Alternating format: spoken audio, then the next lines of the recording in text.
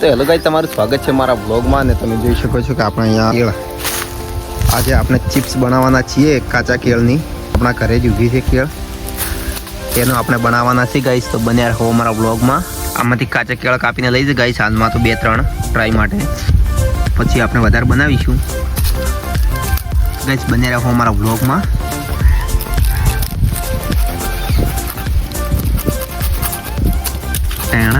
ચાર કેળ કાપી નાખી આપણે લઈ લઈશું. તો ગાઈસ બન્યા રાખો અમારા બ્લોગમાં. તો ગાઈસ આપણે હવે કેળા બીજા ધોઈને લાવી દીધા છે. તો ગાઈસ ધોઈને આપણે કેળા લઈ દીધા છે ને આપણે હવે એને છે ને મસ્ત જબરજસ્ત ચોલી લઈશું. શેક ને ગાઈસ, અને મસ્ત ચોલી લેવાના પહેલાં. આજે ઘરે હતા, બ્લોગ બનાવવામાં કાંઈ મળતું નહોતું બીજું કન્ટેન્ટ, એટલે કાચા કેળો બાળી ગયા એટલે કીધું લાવો બ્લોગ બનાવી દઈએ કેળાના ચિપ્સ વિશે.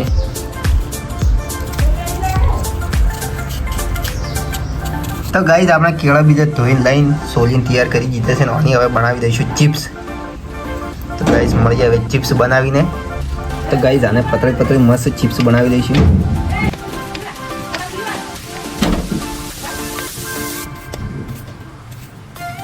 તો ગાઈસ આપણે કેળા છોલીને હવે આપણે ચિપ્સ પાડી દીધી છે, તમે જોઈ શકો છો. અને આપણે આને હવે તળી દઈશું જો કઢાઈમાં. તો ગાઈસ આપણે હવે તેલ ગરમ કરવા પણ મૂકી દીધું છે કઢાઈમાં તમે. તો ગાઈસ આપણે અહીંયા તેલ ગરમ થઈ ગયું છે ને હવે આ ચિપ્સ બનાવી હતી અંદર નાખી દઈશું બારીકાઈથી.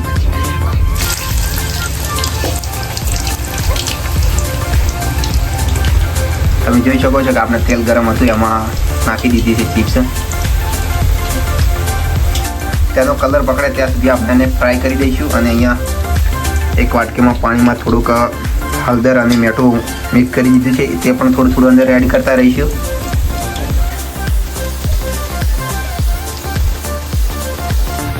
તો ગાઈસ આપણા કેળાની ચિપ્સ હવે ફ્રાય થઈને રેડી થઈ ગઈ છે, તમે જોઈ શકો છો. આવા ડબ્બા ટીચ્યો છે આપણે, અને હવે નીકાળી દઈશું જરાની મદદથી. તેલ બધું કાઢી દઈશું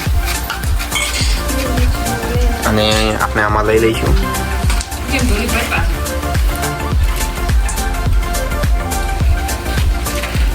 લાવો ગાઈસ આપણે કાચા કેળાનો વેફર બનીને તૈયાર થઈ ગઈ છે, તમે જોઈ શકો છો. અને આને તમે પણ ઘરે ટેસ્ટ કરવાના હોય, તમે પણ ઘરે બનાવવાના હોય, કોમેન્ટમાં લખજો. આ તો સ્વાદમાં તો સારી બની છે, ચેક કરી છે ગાઈસ.